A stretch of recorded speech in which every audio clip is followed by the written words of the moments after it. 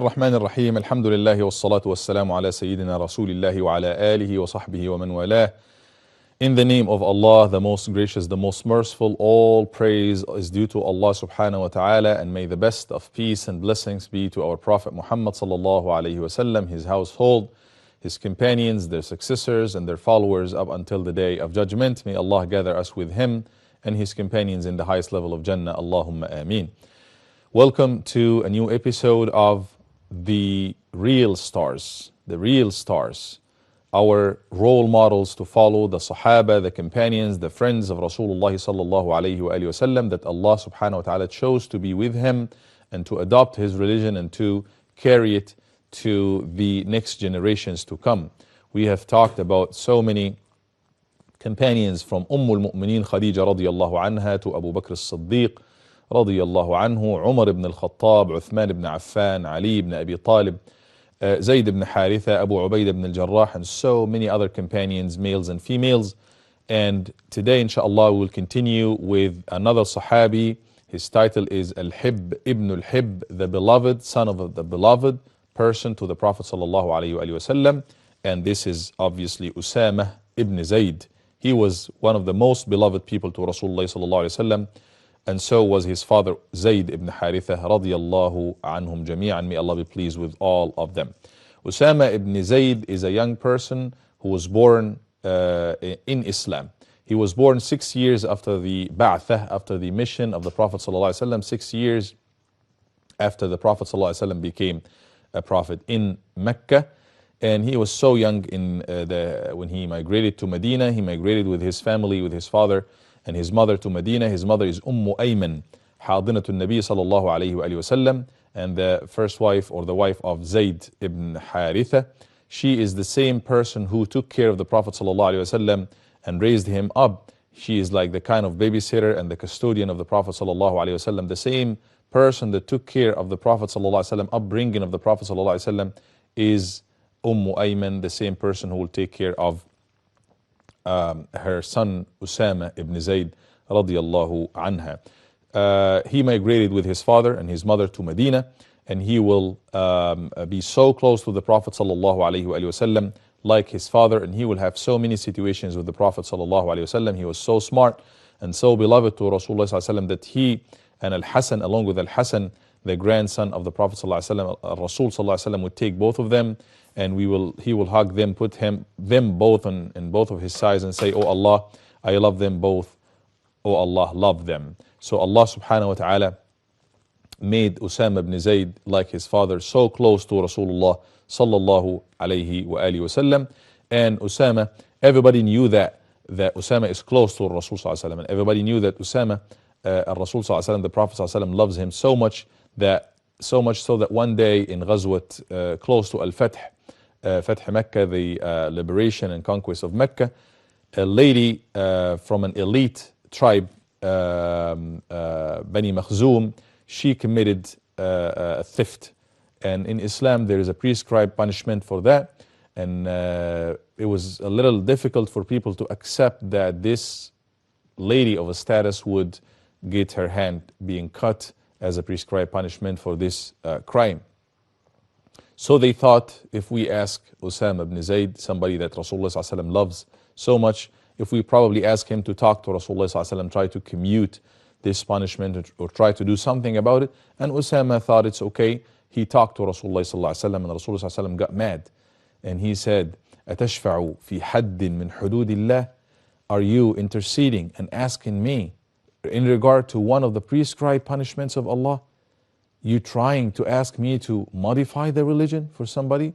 And then Rasulullah sallallahu alaihi wasallam was mad, and he was teaching him the lesson that, wallahi, he gathered the people at this night, and he gave them the lesson that the rule, the law applies to all. It does not differentiate. We do not have low status, high class, low class. We don't have this in Islam. And he said, by Allah, indeed the people who were there before you came to an end and were destroyed because they were not equal in front of the law. If someone of a status amongst them would commit any crime, commit theft, for example, they would not apply the punishment on him. But if somebody from amongst the weak people in them would commit the same crime, would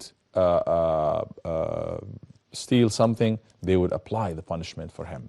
And that was the reason why they were destroyed by Allah subhanahu wa ta'ala. And he said, by Allah, if Fatima, if my daughter, Fatima, the daughter of Muhammad, would commit this kind of sin, I would have cut her hand. I would have applied the punishment for her just like it applies to everybody else. And this lady, the prescribed punishment was applied to her, but later on she repented to Allah and she became a good person, and she would come to Sayyidah Aisha radiallahu anha and ask for something, a question for Rasulullah sallallahu alaihi wasallam or something, and Aisha radiallahu anha, the mother of the believers, would raise her question to Rasulullah sallallahu alaihi wasallam. So Rasulullah sallallahu alaihi wasallam was setting up the rule that everybody is equal in front of the law. This is the law of Allah. It applies to everybody, whether this person, you think of him or her as a person of a status from an elite family or whatever, according to our standards, or the other way around.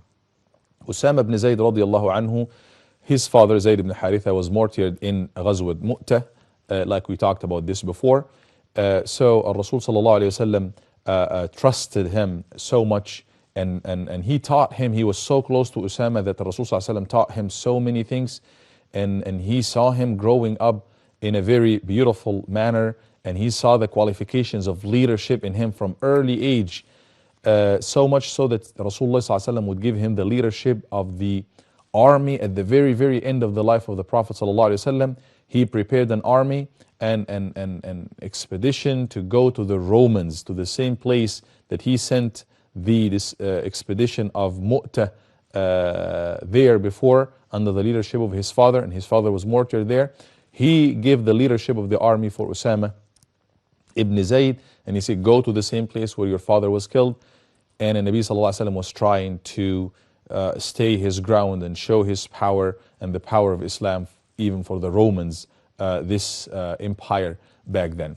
And he was sick at this time, sallallahu alaihi wasallam, and he was, people were not sure if this is the end of Rasulullah sallallahu alaihi wasallam, or he's going to die soon or something. So they were kind of they disagreed with him. He heard some people talking about the appointment of Usamah being so young, 18 years old, a teenager at our time, would lead the army that includes Abu Bakr and Umar and so many of the early, the pioneers of Islam, the people who accepted Islam very early. So he heard about that, and he came out and he said, what did I hear from you guys? Some of the Sahaba saying, some of you are saying that Usamah might not be qualified, and they had some talks and they had some argument that he might not be the most qualified person. By Allah, I have heard the same thing about when I appointed his father, about his father, and by Allah, his father and him, they are both qualified for the leadership. And he said the army of Usamah, or this expedition, should go. This army should go no matter what. And the army started marching, started moving. They were still in Medina when they got the news. His mother Ayman sent to him, the leader of the army, Usamah ibn Zayd, that Rasulullah sallallahu alaihi wasallam is almost dying right now. Maybe you need to come and check on him. He came along with Abu Bakr and Umar radiallahu an al-Jami'ah.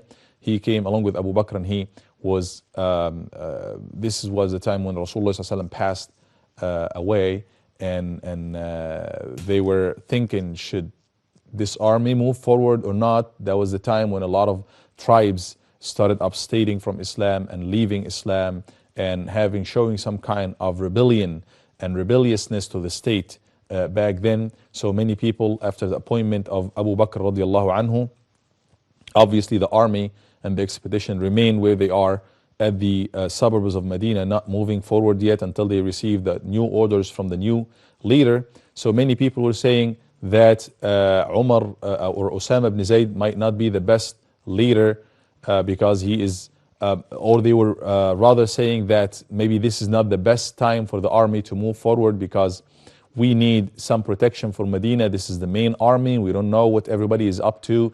This is a critical moment right now that maybe somebody will attack Medina. They started trying to convince Abu Bakr radiallahu anhu to not let the army under the leadership of Usamah ibn Zayd leave Medina. But then he said, by Allah, even if not people but beasts, wild beasts would come and snatch me and attack Medina and snatch me, I would never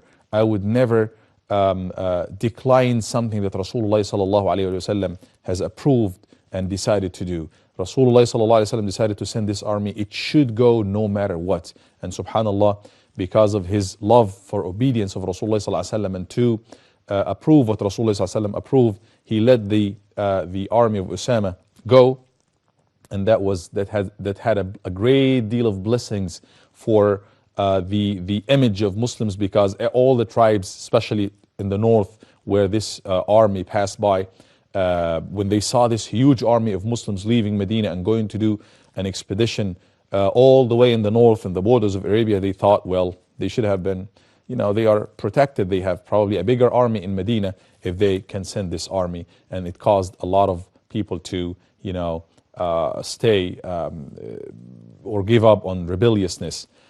He fulfilled the task, Usamah radiallahu anhu, that he was hired for, and he came back all the way to Al-Madinah to join the Muslims and to continue to do what he is there to do, what he learned from Rasulullah sallallahu alaihi wasallam, joining the Muslims, being one of the leaders of Muslims living for Allah subhanahu wa ta'ala, implementing and applying all what he learned from Rasulullah sallallahu alaihi wasallam, earning the trust of Rasulullah sallallahu alaihi wasallam, being one of the leaders of Muslims and coming from this great family. Father Zayd ibn Haritha radiallahu anhu, hibbu Rasulullah sallallahu alaihi wasallam, the beloved person by Rasulullah sallallahu alaihi wasallam. Mother is Ayman, the same babysitter and custodian of Rasulullah sallallahu alaihi wasallam. That's how he lived his life until he passed away, rahimahullah ta'ala. May Allah subhanahu wa ta'ala make us with him, Usamah Ibn Zaid, hibbu Rasulullah sallallahu alaihi wasallam. May Allah subhanahu wa ta'ala make us with him and with his father and with all the companions in Jannah with Rasulullah sallallahu alaihi wasallam. Until I see you next time, I leave you in the care of Allah subhanahu wa ta'ala. Assalamu alaikum wa rahmatullahi wa barakatuh.